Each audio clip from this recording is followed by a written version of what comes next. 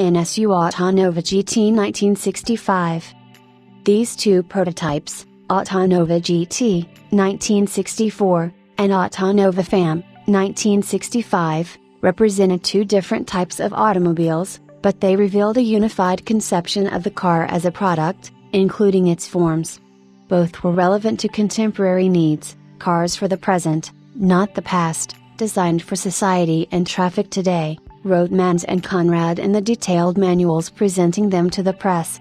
Together they interpreted the needs of users who wanted practical, functional cars, capable of coping with the changed conditions of urban and extra-urban traffic.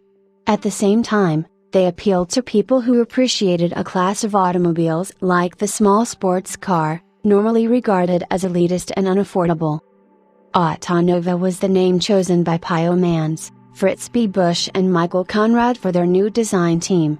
They had a detailed plan to supply the automobile industry with a complete design service, covering the research and development of new products from the initial scope of the projects down to production of working prototypes. Autonova began work in 1964 by collaborating with a group of German manufacturers.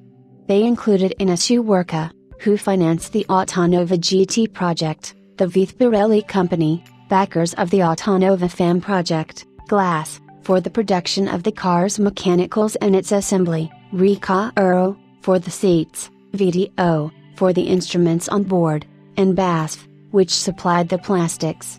Within a year, the carrozzeria Sibona and Bisno in Turin had built two prototypes with distinctive features reflecting two quite different types of motor vehicle. The Autonova GT, exhibited for the first time in public at the Frankfurt Motor Show in 1964, was a compact Gran Turismo, 3,750 mm long, 1,550 mm wide and 1,200 mm high. It was built on the platform and mechanicals of the standard NSU Prince 1000 TT, with a rear-mounted 1085cc engine producing 55 horsepower. The spare lines of the profile of the body converged at the front in an original appendage to the nose, which served the twofold function of a bumper and a fascia uniting the surfaces of the low, elongated engine hood. However, perhaps the most original feature of the car was the aerodynamic design of the flanks, enhanced by a truncated integral rear end with a window that could be opened, unusual in a fastback body type. Also distinctive was the arrangement of the headlights. Their protruding outlines were dictated not only by functional constructional criteria but also by practical considerations, because they helped give the driver a sense of the car's volumes.